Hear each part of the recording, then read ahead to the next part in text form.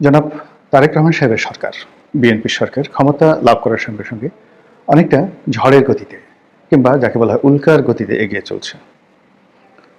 তারা যে সকল প্রতিশ্রুতি দিয়েছিল, সেই প্রতিশ্রুতিগুলো জনগণের কাছে যে প্রতিশ্রুতিগুলো দিয়েছিল সেগুলো বাস্তবায়নের জন্য তারা দৃশ্যত তৎপরতা দেখাচ্ছে এবং বিভিন্ন মন্ত্রী তাদের মন্ত্রণালয়ের যে কর্মকাণ্ডে স্থগিত ছিল গত 17 মাসে কিংবা আওয়ামী লীগ জমানাতে যে সকল অভিযোগ ছিল খুব দ্রুত সেই বিষয়গুলো উত্তীর্ণ করার জন্য বা সেই বিষয়গুলো থেকে বের হয়ে আসার জন্য তারা চমক সৃষ্টি করতে চাচ্ছে। পানি সম্পদ মন্ত্রী শহীদউদ্দিন চৌধুরী আনি খাল কাটা শুরু করে দিয়েছেন। তথ্যমন্ত্রী যিনি আছেন জনাব জহিরুদ্দিন স্বপন, তিনি প্রেস ক্লাবে আসছেন, সংবাদপত্র সাংবাদিকদের সঙ্গে দহরম মহরম সম্পর্ক গড়ে তুলছেন এবং সাংবাদিকদের জন্য সচিবালয় রীতিমতো উন্মুক্ত করে দিয়েছেন। ক্রীড়ামন্ত্রী বা ক্রীড়া প্রতিমন্ত্রী আমিনুল সাহেব, তিনি সেই ক্রীড়া সাংবাদিকদের জন্য তার দ্বার উন্মুক্ত করে দিয়েছেন।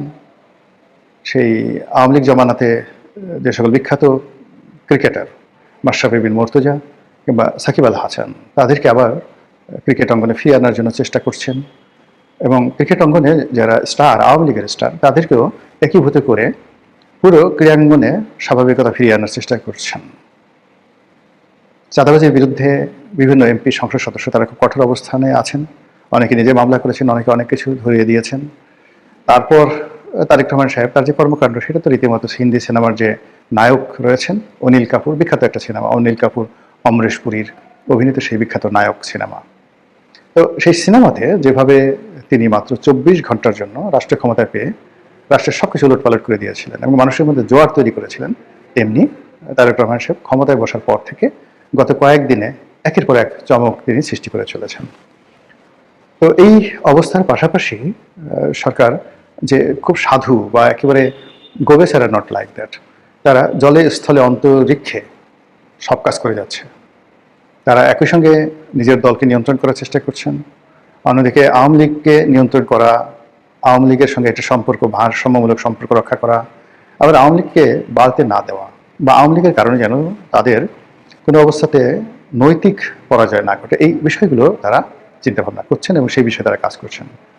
এবং তারা সবচেয়ে বেশি যে কাজ করছেন সেটি হলো গত 17 মাস ধরে প্রশাসন, রাজনীতি, অর্থনীতি, ব্যবসা, বাণিজ্য, শিল্প, সাহিত্য, সংস্কৃতি, সাংবাদিকতা, কূটনৈতিক পাড়া, সব জায়গাতে জামাত এবং এনসিপি যুগপৎভাবে যে দুর্গগুলো তৈরি করেছিল, সেই দুর্গগুলো তছনছ করে দেওয়ার তারা চেষ্টা করছেন।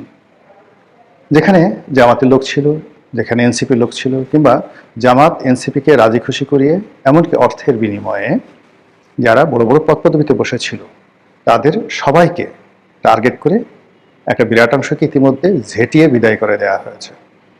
অনেকে নিজের ইচ্ছায় চলে গেছে এবং আরও অনেককে টার্গেট করে খুব দ্রুত তাদেরকে বাদ দেওয়ার চেষ্টা করা হচ্ছে।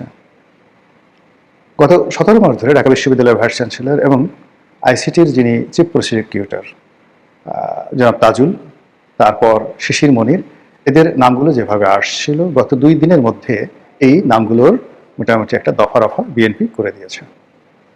এর বাইরে বিচারাঙ্গন, পুলিশ বাহিনী, তারপর বিভিন্ন সিটি কর্পোরেশনে তাদের যে আধিপত্য ছিল সেই আধিপত্য চুরমার করে দেওয়া হয়েছে। সকল সিটি কর্পোরেশনগুলোতে তাদের পছন্দের মানুষ প্রশাসক নিয়োগ করা হয়েছে এবং এ সকল সিটি কর্পোরেশন নির্বাচনের আগেই সেই সিটি কর্পোরেশনের প্রশাসনিক কর্মকাণ্ড, ব্যবসায়িক কর্মকাণ্ড এবং সেই সিটি কর্পোরেশন এলাকায় বসবাসরত জনগণের উপর বিএনপির আধিপত্য এবং প্রভাব, এই দুটো বিস্তার করার জন্য তারা কাজ করে যাচ্ছে। খুব সতর্কতার সাথে তারা চীনের সাথে সম্পর্ক স্থাপন করার চেষ্টা করছে, পাকিস্তানের সাথে সম্পর্ক স্থাপন করার চেষ্টা করছে, আর ভারতকেও কিন্তু তারা ছেড়ে দিচ্ছে না। কিন্তু এক্ষেত্রে যে সমস্যাটা আমি দেখতে পাচ্ছি সেটি হলো, যেভাবে সেনাবাহিনীতে পরিবর্তন করা হয়েছে, এতে স্পষ্টতই সেনাবাহিনীর মধ্যে যে ভারতীয় লবিস্ট গ্রুপগুলো ছিল তারা মারাত্মক দুর্বল হয়ে পড়েছে। তো ভারতের সাথে যদি বিএনপির সম্পর্ক হয়ও, সেই সম্পর্ক দিয়ে ভারত অতীতে আওয়ামী লীগের উপর যে প্রভাব বিস্তার করতে পেরেছে বা আওয়ামী লীগকে যে কাজগুলো করাতে পেরেছে, সেই কাজগুলো তাদের পক্ষে করানো সম্ভব হবে না। এটাই রূঢ় বাস্তবতা। অন্যদিকে এই যে সেনাবাহিনীতে পরিবর্তন, পুলিশ বাহিনীতে পরিবর্তন এবং আন্তর্জাতিক অঙ্গনে পাকিস্তানের সঙ্গে চীনের সাথে যে সম্পর্ক স্থাপনের যে তোড়জোড় চলছে, তার প্রেক্ষিতে আমলাতন্ত্রের মধ্যে এই দুটো দেশের প্রতি দুর্বলতা প্রদর্শন করার জন্য বহু আমলা 10 পায়ে দাঁড়িয়ে আছে। ইতিমধ্যে আপনারা দেখেছেন যে চীনের রাষ্ট্রদূত জনাব তারেক রহমান সাহেবের সঙ্গে দেখা করেছেন। পাকিস্তান জাতীয়ভাবে সিদ্ধান্ত নিচ্ছে যে তাদের যে সবচেয়ে বড় জাতীয় অনুষ্ঠান, আমাদের দেশে যেমন 16ই ডিসেম্বর, তদ্রুপ তাদের দেশে যে সবচেয়ে বড় জাতীয় দিবস, অর্থাৎ যে তারিখে শেরেবাংলা একে ফজলুল হক লাহোর প্রস্তাব উত্থাপন করেছিলেন, সেই তারিখটিকে তারা উদযাপন করে তাদের জাতীয় উৎসব হিসেবে। এর কারণ হলো লাহোর প্রস্তাবের মাধ্যমে পাকিস্তান রাষ্ট্রের পতন হয়েছিল।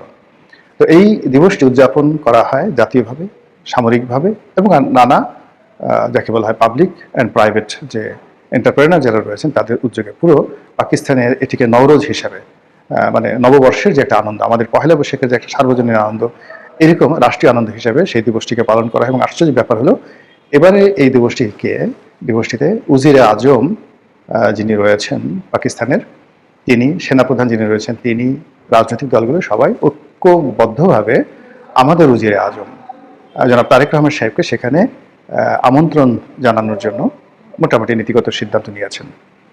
তাই যদি হয় সেটা আমাদের জন্য একদিকে ভালো, যে এই লবির মাধ্যমে আমরা চীনের সাথে ভালো সম্পর্ক স্থাপন করতে পারবো, আর সৌদি আরব, পাকিস্তান, আমেরিকার সঙ্গে একটা বলয় গড়ে উঠবে। ভারত রাগ হবে কিন্তু কিছু করতে পারবে না। এখন তারেক রহমান সাহেব যাবেন কি যাবেন না, বা এই আমন্ত্রণ যদি আবার গ্রহণ না করেন, সেটাও কিন্তু তার জন্য ঝামেলা হয়ে যাবে। তো সব মিলিয়ে বঙ্গবন্ধু একবার কিন্তু এরকম বিপদে পড়েছিলেন। যখন ওআইসির সম্মেলন শুরু হলো স্বাধীনতার পর, বঙ্গবন্ধু চাইলেন যে তিনি সেখানে যাবেন, ভারত বলল যে না, তুমি যেতে পারবে না। এটা বঙ্গবন্ধুর জন্য খুব অসম্মানজনক ছিল। তো তিনি সঙ্গে সঙ্গে জুলফিকার আলী ভুট্টোকে বললেন যে ভুট্টোকে তিনি তুমি করে বলতেন, তো ভুট্টো তুমি আমাকে স্বীকৃতি দাও, তাড়াতাড়ি আমি পাকিস্তান আসবো। That was the relationship of a leader.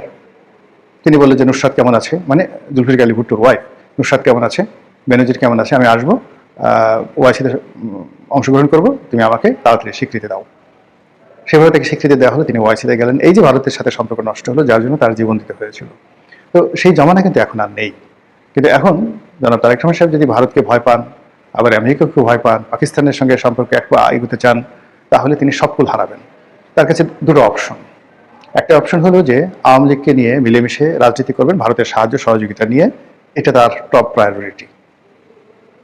আর এই টপ প্রায়োরিটি করতে গিয়ে অন্যান্য যে শক্তিগুলো রয়েছে, আন্তর্জাতিক শক্তি আছে, তাদের সঙ্গে একটা জাস্ট সহনশীল সম্পর্ক রাখবেন। আর দ্বিতীয়ত হলো যে তিনি বর্তমানে যারা বিরোধী দল আছে, জামাত, তাদেরকে পরিপূর্ণভাবে তিনি মদত দিবেন জামাতকে শক্তিশালী করার জন্য, আওয়ামী লীগের বিকল্প শক্তি হিসেবে গড়ে তোলার জন্য, এবং একটা রিয়াল অপোজিশন পার্টি হিসেবে তার যে সকল সুযোগ সুবিধা দরকার রাষ্ট্রের পক্ষ থেকে, সেই সুযোগ সুবিধা দিয়ে জামাতকে এতটা বিরোধ করে তুলবেন যে জামাতের অ্যাক্টিভিটিস দেখে লোকজন মনে করবে যে বাংলাদেশে এরা সত্যিকার বিরোধী দল, এখানে আওয়ামী লীগ দরকার নেই, আওয়ামী লীগের প্রয়োজনীয়তা নেই। এটা করবেন। আর পাকিস্তানের সাথে কৌশলগত সম্পর্ক করবেন, চীনের সঙ্গে কৌশলগত সম্পর্ক করবেন, আর আমেরিকার ডোনাল্ড ট্রাম্পের সঙ্গে কৌশলগত সম্পর্ক করবেন। আর এই ধারাবাহিকতায় কাতার, সংযুক্ত আরব আমিরাত এবং সৌদি আরব, এই রাষ্ট্রগুলোর সঙ্গে তার একটা ভালো সম্পর্ক হবে। এবং দ্বিতীয় ফেজে গিয়ে ইরান থাকবে কিন্তু চীনের মাধ্যমে, আর তুরস্কের সাথে তার একটা আলাদা সম্পর্ক গড়ে উঠবে। এই দুটো পন্থা ছাড়া তারেক রহমান সাহেবের আর কোনো বিকল্প নেই। আর এই কাজগুলো তাকে করতে হবে কিন্তু ঝড়ের মতো। বাংলাদেশে তিনি যে কাজগুলো ঝড়ের গতিতে করার চেষ্টা করছেন, এগুলো শুধু চমক সৃষ্টি করবে কয়েকদিন, কিন্তু লং রানে রাষ্ট্র পরিচালনায়, সরকারের স্থিতিশীলতা রক্ষায়, কিংবা তার যে সত্যিকার ইমেজ রক্ষা, এটা হবে না। তাকে এই মুহূর্তে আন্তর্জাতিক অঙ্গনে একটা সিদ্ধান্ত নিতে হবে, এসপার নয় ওসপার, তিনি জিতবেন অথবা তিনি পরাজিত হবেন, তিনি সাহসী হবেন অথবা তিনি নতজান্য হবেন, এর মাঝামাঝি কোনো জায়গা নাই। তো এই কাজগুলো চলছে। নতুন সরকার একটা নির্দিষ্ট সময় পর্যন্ত আমাদেরকে সময় দিতে হবে, হানিমুন পিরিয়ড যেটাকে বলা হয়।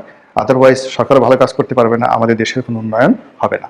তো যে কাজটি সরকার ঝড়ের গতিতে করার চেষ্টা করছে, দোয়া করি তাদের মধ্যে যদি ভালো চিন্তা থাকে, নেক আমল থাকে, সৎ আমল থাকে, দেশের কল্যাণ করার যে চিন্তা চেতনা থাকে, আল্লাহ তাদের কাজে বরকত দান করুন। আর যদি তাদের দূরভিসন্ধি থাকে, মুনাফিকি থাকে, দুষ্ট বুদ্ধি থাকে, দেশ থেকে টাকা পাচার করার ধান্দা থাকে, বিরোধী দলকে মেরে কোটি কোটি করার ধান্দা থাকে, আল্লাহ যেন তাদেরকে হেদায়েত দান করে, আর তাদের এই দুষ্কর্ম যেন একেবারে বাসর ঘরই আল্লাহ তার আপন শক্তি দ্বারা দমন করে দেন। আসসালামু আলাইকুম ওয়া রাহমাতুল্লাহি ওয়া বারাকাতুহু।